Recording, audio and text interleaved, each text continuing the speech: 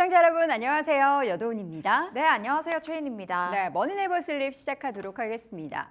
밤사이 위증시든 역시나 변동성이라는 단어는 여전히 시장에 드리워져 있습니다. 잭슨홀 회의 계속해서 진행되고 있는 가운데 이제 오늘 밤에는 파월 의장의 발언이 예정돼 있죠. 그런데 그 발언에서 시장이 약간 지금 50bp를 원하는 그런 눈치가 좀 있는지 네. 여는 총재들이 발벗고 나서서 좀 스텝 바이 스텝으로 가겠다. 그러니까 과도하게 한 번에 이렇게 금리 인하를 하는 것은 단행하지 않겠다라는 뉘앙스의 발언들을 쏟아냈습니다. 이 가운데 M7 종목들은 전반적으로 쉬어갔고요. 그중에서 테슬라의 주가가 좀 큰 폭으로 하락했는데 화재 소식이 또 있었습니다. 또 화재 소식은 국장에도 워낙에 영향을 많이 미치기 때문에 이 부분에 대해서도 한 번쯤은 고민해 볼 만한 포인트가 되겠고요. 시장은 이 가운데 모두 하락했고 특히나 나스닥 지수가 많이 빠졌습니다. S&P 500 지수 0.89%, 0.9% 가까이 하락한 5,570선 마감을 했고요. 나스닥 지수는 1.7% 가까이 하락하면서 17,600선 초반에서 그리고 다우 지수는 0.4% 하락하면서 47,700선에서 장을 마감을 했습니다. 네, 간밤 미국의 신규 실업수당 청구 건수 주간 데이터가 나왔습니다. 직전주보다 4,000건이 늘었다고 합니다. 계속 실업수당 청구 건수 또한 직전주 대비 4,000건이 늘면서 2년 9개월 만에 가장 높은 수준까지 올라갔다고 하는데 계속 실업수당 청구 건수가 올라간다라는 거는 이 재취업 현황과도 직결된다라고 보셔야 되겠습니다. 일자리를 잃은 후에 새 직장을 찾지 못한 노동자가 늘어나고 있다라고 해석을 할 수 있겠는데요. 4월 하순, 이순부터는 계속해서 상승세를 보여주고 있다고 합니다. 그런가 하면 간밤에 또 하나의 큰 데이터들이 나왔습니다. 제조업 PMI 지수, 서비스업 PMI 지수가 나왔는데요. 자, 제조업 PMI 지수 8월 달 경기 위축을 가리켰습니다. 예비치였었고요. 48이 나왔습니다. 시장의 예상치가 49.5였었기 때문에 이를 하회하는 숫자가 찍혔고요. 7월의 수치 49.6도 밑도는 수치였습니다. 보통 PMI 50이 기준이 되겠죠. 50 미만이면 위축, 50 이상이면 확장인데요. 제조업은 위축을 가리켰습니다. 다만 서비스업은 확장 국면으로 들어갔다라는 분석이 나와주고 있습니다. 55.2가 나오면서 7월 55와 비교를 해도 서비스업은 더 확장이 됐고 좋아졌고요. S&P 글로벌의 수속 이코노미스트가 8월의 견조한 성장 그림이 3분기 GDP 성장률 연율 2%를 넘길 것이라고 가리키고 있다면서 단기 경기 침체 공포를 달래는 데 큰 도움이 될 거다라고 간밤에 분석을 하기도 했습니다. 이렇게 세 가지 포인트 짚어봤습니다. 네. 자, 그럼 전체 시장 맵을 한번 보겠습니다. 앞서 말씀드렸듯이 M7 종목들의 빨간불이 들어갔고요. 여타 다른 섹터들에 있어서는 큰 폭의 강세는 아니지만 워낙에 빅테크 종목들이 쉬어갔기 때문에 다른 종목의 상승이 조금 더 눈에 띕니다.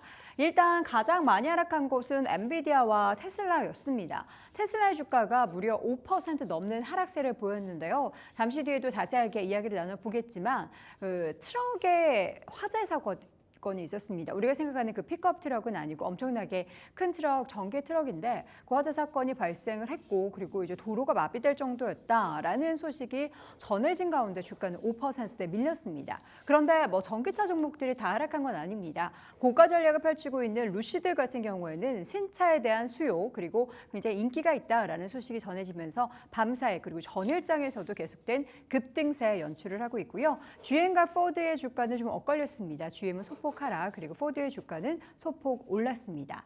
자, 아마존 주가는 2% 하락했고요. 메타는 0.6%, 애플은 1%대 하락 그리고 마이크로소프트와 엔비디아의 주가가 2에서 3%대 하락이었는데 엔비디아의 주가뿐만 아니라 다른 반도체 쪽에 있어서의 종목들도 전체적으로 분위기가 좋지 않았습니다. 3.6% 하락한 가운데 AMD, 퀄컴도 3% 안팎의 하락 그리고 인텔의 주가 하락이 좀 눈에 띄죠. 6% 넘게 빠졌습니다. 자, 그리고 텍사스 인스트루먼트도 함께 2% 하락, 브로드컴도 1.94% 내렸고요. 반도체 관련해서도 지금 장비주들도 전체적으로 3에서 4%대 조정을 보이는 모습이었습니다.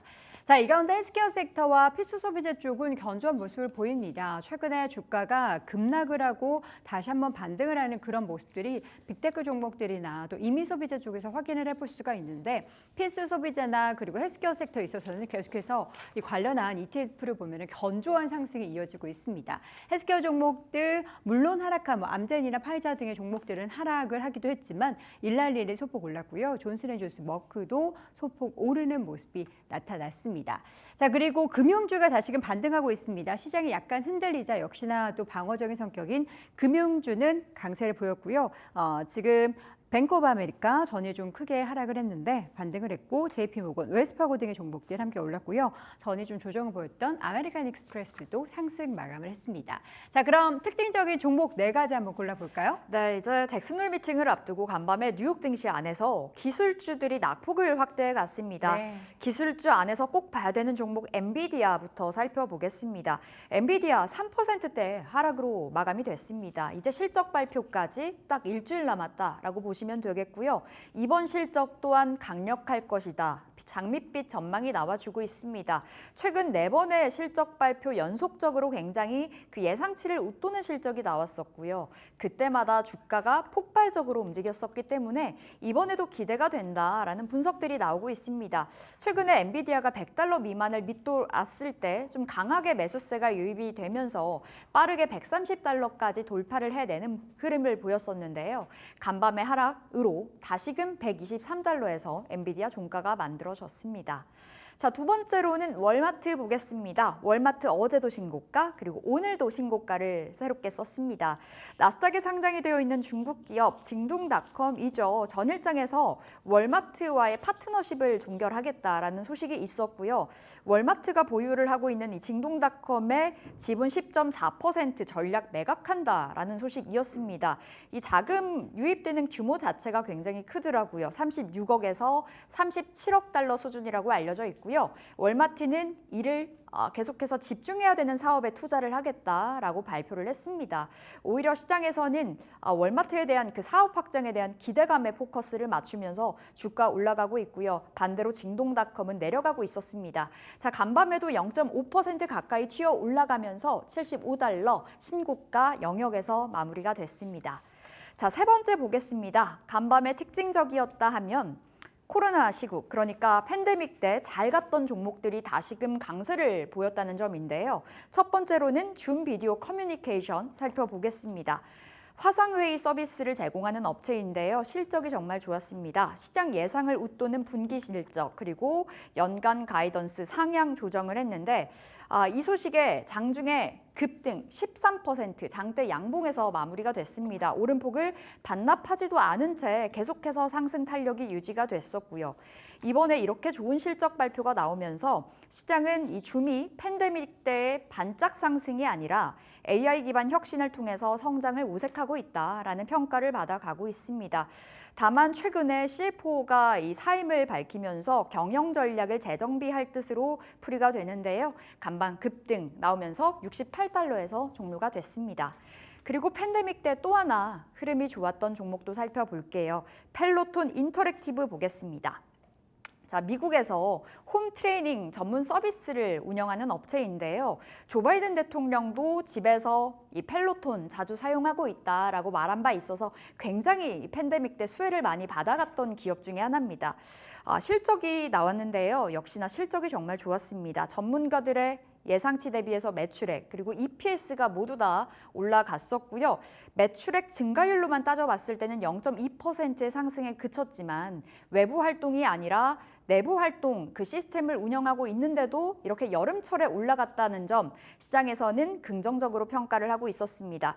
적자폭을 줄여가고 있다라는 분석이 나와주고 있고요. 정규장에서 무려 40%가 넘게 간밤에 튀어 올라가는 모습을 보여주기도 했습니다. 오름폭을 한 5%가량은 반납을 하면서요. 35% 상승한 $4 부근에서 마무리가 됐습니다. 이렇게 4가지 특징주 살펴봤습니다. 네, 이번에는 미국 주식 이야기 좀 더 자세하게 들어보도록 하겠습니다. 머니네버슬립 이유린 팀장과 함께 할게요. 어서 오세요. 안녕하세요. 네, 반갑습니다.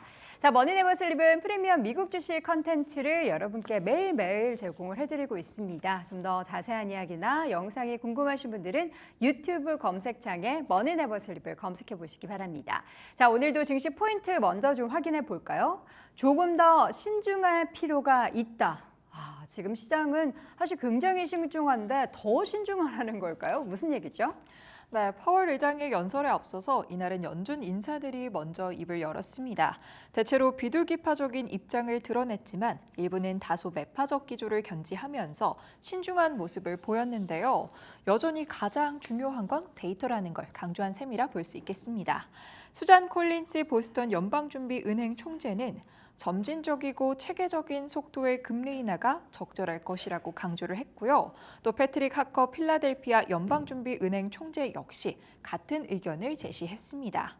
완만한 금리 인하를 선호한다고 밝히기는 했지만 어쨌든 지금 시점에 금리를 내리는 게 타당하다고 또 공개 발언했다는 점에서 비둘기파적인 발언이라고 볼 수 있겠습니다. 반면 잭슨홀 미팅을 주관하는 캔자스시티 연방준비은행 총재는 말을 아꼈습니다. 제프리 슈미드 총재는 이날 금리가 제약적이지만 과도하게 제약적이지는 않다면서 9월 회의 전에 들어올 경제 데이터들이 있으므로 이 9월 금리 인하에 대해서는 조금 더 생각해 보고 싶다고 말했습니다. 최근 연준 인사들이 콜린슨 총재나 하커 총재처럼 금리 인하가 필요한 타이밍이라도 밝혔다는 점을 고려하면 이는 상당히 매파적인 발언이었다고 볼 수 있겠고요. 이처럼 연준 인사들의 발언이 엇갈리다 보니 이 월스트리트 일각에서는 시장이 조금 더 신중해질 필요가 있다는 시각도 나오고 있습니다. 지나치게 앞서가서는 안 된다는 건데 이 케임브리지 퀸즈 대학 총재는 현재 시장은 연말까지 너무 많은 금리 인하를 기대하고 있다며 인터뷰에서 지적에 나서기도 했습니다. 네. 과연 이번 잭슨홀 미팅이 끝난 뒤에 그리고 파월 의장의 발언이 끝난 뒤에 시장은 어떻게 이를 받아들이게 될지가 관건이 될 텐데요. 다음 주 이 시간을 통해서 자세한 내용 전달드리겠습니다. 자, 오늘도 한입뉴스 4가지 준비를 했습니다. 첫 번째 헤드라인부터 확인해 볼까요? 구독하면 와퍼를 드립니다. 지금 딱 배고픈 시간인데 월마트 구독 회원들 버거킹 주문 시 25% 할인을 해준다라는 서비스를 제공한다고 하죠. 9월부터 3개월마다 구매 시에는 무료 와퍼까지 선물을 드린다고 합니다. 이게 세트가 아니고 단품인 것 같아요. 아마존 프라임 경쟁과의 노력을 좀 지속적으로 하고 있다라는 건데요. 월마트 소식부터 확인해 볼까요? 네, 월마트가 버거킹과의 신규 파트너십을 통해서 이 월마트 플러스 구독 회원에게 버거킹 주문 시 25% 할인을 제공한다고 밝혔습니다. 또한 9월부터 3개월마다 구매 시 무료 와퍼도 받을 수 있다고 하는데요. 월마트는 이런 혜택이 회원들에게 비용 절감 측면에서 도움이 될 것이라고 강조하고 있습니다. 2022년 파라마운트 글로벌과의 스트리밍 계약을 체결한 것부터 시작해서 아마존 프라임과의 경쟁에서 이 월마트 플러스만의 우위를 갖추기 위한 노력의 하나라고 또 볼 수 있을 것 같습니다. 네, 월마트가 최근에 굉장히 다양한 분야에 있어서 노력을 하고 있다는 점 높이 평가하고요. 주가도 계속해서 우상향을 펼치고 있다는 거 참고해 두시기 바랍니다. 자, 이어서 두 번째 헤드라인 열어볼까요? 애플 기본 앱도 삭제가 가능해집니다. 유럽연합의 디지털 경쟁법을 준수해서 기본 설정을 변경하겠다라고 밝혔습니다. 앱스토어나 메시지, 카메라 등의 기본 애플 앱을 삭제를 가능하게 한다라고 하는데요. 네이티브 앱 정책을 유지했던 애플에 있어서는 정말 큰 변화라고 합니다. 애플 소식 확인해 볼까요? 네, 애플이 유럽연합의 디지털 경쟁법 준수를 위해서 아이폰 사용자들로 하여금 이 앱스토어, 사파리 등 기본 앱을 삭제하고 타사 도구로 이를 대체할 수 있게끔 허용할 예정이라고 합니다. 애플은 올해 말 소프트웨어 업데이트를 통해서 이 사용자가 타사 애플리케이션을 활용해 전화, 메시지, 사진 등 이런 프로그램 등을 대체할 수 있도록 허용할 예정이라고 하는데요. 그동안 강력한 네이티브 앱 정책을 유지했던 애플에게는 큰 변화가 찾아온 셈이라고 기대해 볼 수 있겠습니다. 네. 자, 이어지는 세 번째 소식, 최근에 다시 한번 바이러스 소식이 많이 전해지고 있죠. 원숭이 도착 코로나 전 세계적으로 문제가 되고 있는데 신규 백신 승인 소식이 전해지고 있습니다. 코로나19 하위 변종이 재확산되면서 FDA에서는 좀 대응에 나섰는데 화이자나 모더나의 그 mRNA로 개발하고 요 관련한 것을 접종을 또 권장을 하고 있습니다. 변이 바이러스의 효과적임을 강조하고 있는데요. 바이러스 얘기가 들려오면 또 불안하긴 한데 어떤 얘기인지 확인해 볼까요?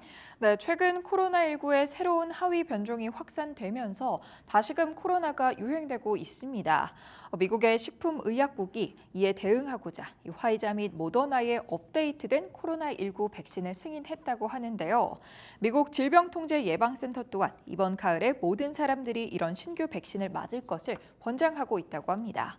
새로운 백신이 현재 유행 중인 변종들에 대해서 더 강한 면역 반응을 일으킬 수 있다고 설명을 덧붙였습니다. 네, 또 관련해서는 매출 증가가 각 사회도 일어날 수 있기 때문에 그 부분도 눈여겨보겠습니다. 마지막 한입 뉴스는 뭘까요? 헤드라인부터 확인해 볼까요? AI로 돈 벌어보자. 퍼블렉시티 AI가 인공지능 검색 플랫폼에 광고를 도입한다라는 소식인데요. 타임, 데어 슈비켓 그리고 포춘 등과 함께 파트너십을 맺는다라고 합니다. 상호작용에서 발생한 수익을 공유할 것을 계획하고 있다고 하는데요. 이렇게 되면 누가 좋고 누가 안 좋은지 확인해 볼까요? 네, 엔비디아 및 제프 베이조스가 지원하는 퍼블렉시티 AI가 자사의 AI 기반 검색 플랫폼에 광고를 도입할 계획이라고 밝혔습니다.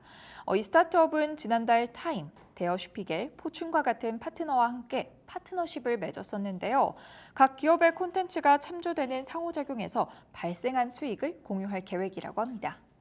네, 이렇게 해서 또 한입뉴스 4가지 확인해 봤습니다. 이번에는 종목 이야기 정말 오랜만에 들려온 펠로톤 관련한 소식입니다. 주가가 엄청나게 올랐는데 펠로톤 회계연도 기준 2024년 4분기 실적을 발표를 했는데 기대보다 좋았나 봐요. 네, 펠로톤이 예상보다 좋은 실적을 발표하면서 주가도 굉장히 급등하는 네. 흐름 보였었는데요. 자세한 실적 확인해 보도록 하겠습니다. 비즈니스 구독 서비스 기업이죠. 펠로톤이 회계연도 2024년 4분기 실적을 발표했습니다. 분기 매출은 6억 4,360만 달러로 전년 동기였던 6억 4,210만 달러와 거의 동일했습니다. 직전 분기보다는 약 10% 정도 감소한 수치인데요. 회계연도 2024년 전체 매출은 27억 50만 달러로 23년에 28억 20만 달러보다 1억 달러가량 줄어들었다고 확인해 볼 수 있겠습니다. 매출의 성장이 거의 없다고 볼 수 있는 성적표입니다만 월스트리트의 전망보다는 좋았다고 체크해 볼 수 있겠습니다. LSEG가 집계한 애널리스트들의 평균 예상 분기 매출은 6억 3,100만 달러였습니다. 수익성도 체크해 보겠습니다. 수익성은 영업 손실 6,330만 달러로 전년 동기 2억 2,580만 달러라는 거대한 손실에 비해서는 크게 축소되는 모습 보였습니다. 2024년 전체 영업 손실 역시 전년 11억 9,710만 달러보다 상당히 감소한 5억 2,900만 달러로 나타났습니다. 또 희석 주당 순손실은 0.08달러를 기록했는데 이는 애널리스트들의 전망치였던 0.17달러의 주당 순손실보다 낮은 수치였습니다. 전반적으로 종합해 보면요. 매출은 제자리 걸음이었지만 시장의 전망보다는 좋았습니다. 또 손실 규모를 축소함으로써 수익성은 확연히 개선되는 모습 보였다라고 펠로톤의 실적 정리해 볼 수 있겠습니다. 네. 펠로톤은 사실 이제 구독자가 늘어난 만큼 그 수익도 좀 증가하는 구조인데 구독자를 좀 새롭게 확보하기 위해서는 어떤 노력들을 좀 하고 있을까요? 네, 펠로톤은 새로운 구독자를 확보하기 위해서 다양한 조치를 하고 있는데요. 네. 이게 또 수익과도 관련이 있습니다. 펠로톤의 수익은 크게 두 부분에서 발생을 하는데 홈 트레이닝 머신 판매와 또 피트니스 프로그램 구독입니다. 전자는 하드웨어 매출, 또 후자는 소프트웨어 매출에 해당하게 되겠죠. 하지만 트레이닝 머신을 구매한 뒤에 만족하지 못하고 이를 중고로 판매하는 고객도 분명히 존재하는데요. 이들은 중고로 팔면서 동시에 이 구독 프로그램도 취소를 하게 됩니다. 펠로톤은 이 같은 현상에 주목을 하고 있습니다. 펠로톤은 중고 구매자에게 중고 장비 활성화 수수료를 부과하기로 결정했는데요. 예산에 민감한 중고 시장에서 월 구독료를 지불할 의향이 있는 새로운 회원을 유치하겠다는 계산입니다. 그러면 펠로톤은 기존 하드웨어 판매 수익에 더해서 초기 비용 없이도 수익을 늘릴 수 있는 구조를 갖게 되는 셈이죠. 펠로톤은 이와 같은 정책을 과감하게 시도할 수 있는 배경을 가지고 있는데 이 중고 시장에서 하드웨어를 구매한 유료 커넥티드 피트니스 가입자가 꾸준히 증가하고 있는 흐름을 포착했다고 이러한 수익성 개선에 나선 모습을 설명에 덧붙였습니다. 네, 펠로톤 주가가 엄청 올랐더라고요. 30% 넘게 급등했죠. 네, 맞습니다. 기대 이상의 실적 덕분에 펠로톤의 주가는 22일 35.42% 급등하면서 4.55달러의 장을 마감했습니다. 기대 이상의 실적이 예상보다 좋은 주가를 이끌어 올렸던 것으로 체크가 되는데요. 하지만 최근 1년 동안 펠로톤의 주가는 약 35% 하락하는 모습 보였기 때문에 앞으로 주가 흐름은 계속해서 체크해 볼 필요 있겠습니다. 네, 그동안 워낙에 많이 하락했기 때문에 이 정도의 주가 상승으로 만족을 못하는 기존 주주분들도 계실 거기 때문에 앞으로도 주가의 반등 일어날 수 있도록 응원해 보도록 하겠습니다. 자, 두 번째 종목 뉴스는 GM 소식입니다. GM의 로보택시 유니크루즈가 우버와 파트너십을 체결했네요. 네, 맞습니다. GM의 로보택시 유닛 크루즈가 22일 우버와의 단연간의 전략적 파트너십을 체결한다고 발표를 했습니다. 크루즈의 자율주행 차량을 우버 플랫폼에 도입하기 위해서라고 하는데요. 이들의 협력은 내년부터 본격화될 예정이라고 합니다. 크루즈와 우버는 2025년 쉐보레 볼트 기반의 자율주행 전용 차량을 배치할 계획이고요. 우버 앱에서 서비스를 요청하면 해당 차량에 탑승할 수 있는 옵션이 제공될 예정이라고 합니다. 크루즈의 마크 휘튼 CEO는 우버와 협력해 더 많은 사람들에게 안전하고 신뢰할 수 있는 자율주행 혜택을 제공하겠다고 전했고요. 그리고 우버의 CEO는 자율주행 서비스를 내년에 출시하기를 기대하고 있다고 전했습니다. 네, 사실 작년에 GM 크루즈가 자율주행 관련해서 좀 사고가 있었잖아요. 좀 보면은 우버와 이런 파트너십이 이를 만회하려는 움직임의 일환일까요? 네, 맞습니다. 2023년 사고를 극복하려는 크루즈의 움직임이 또 해석을 해볼 수 있겠는데요. 로보택시가 사실 쉬운 길은 아닙니다. 그렇죠. 처음 걷는 길이기 때문에 다사다난한 경험을 할 수밖에 없는 분야인데요. 2016년 우버는 자체 자율주행 기술 개발을 목표로 볼보와 제휴를 맺었습니다. 하지만 2028년 애리조나주 템피에서 도로를 걷던 행인이 우버 자율주행차에 치여서 사망하는 사고가 발생한 후에 자체 자율주행차 개발을 포기하는 모습도 보였었는데요. 당시 우버의 차량에 탑승했던 안전 드라이버는 이 사건에 대한 법적 책임을 져야 했었습니다. GM도 마찬가지고요. 2023년 10월 샌프란시스코에서 보행자가 다른 차량에 치인 후에 무인 크루즈 차량에 끌려가는 사고가 발생을 했었습니다. 이후 크루즈는 자율주행 테스트 주행을 멈췄으며 경영진은 대거 해고되는 또 사태가 발생했었는데요. 여기에 또 하나 주목할 사실이 있습니다. GM은 우버의 경쟁사인 리프트와 제휴한 바가 있는데 GM은 2016년 초에 리프트에 5억 달러를 투자했었습니다. 그리고 이 두 기업은 궁극적으로 리프트의 모바일 앱을 활용해서 호출할 수 있는 자율주행차를 개발하려고 했었죠. 하지만 GM이 크루즈를 통해 직접 자율주행 기술을 개발하기로 결정하면서 이들의 계획은 무산됐다고 또 확인해 볼 수 있겠습니다. 네, 그럼 간단하게 GM과 우버 주가는 각각 어떤지 확인해 볼까요? 네, GM의 주가는 22일 0.21% 하락하면서 46.46달러에 장을 마감했고요. 우버의 주가는 22일 0.23% 떨어지면서 73.31달러로 정규장을 마쳤습니다. 네, 뭐 크게 주가 변동은 없었는데 앞으로 이런 시너지가 좀 발생되기를 기대해 보겠습니다. 자, 오늘도 머니네버슬립 이유림 팀장 함께했습니다. 고맙습니다. 네, 머니네버슬립은 프리미엄 미국 주식 컨텐츠를 여러분께 매일매일 제공해 드리고 있습니다. 좀 더 자세한 이야기가 궁금하신 분들은 유튜브 검색창에 머니네버슬립을 검색해 보시기 바랍니다.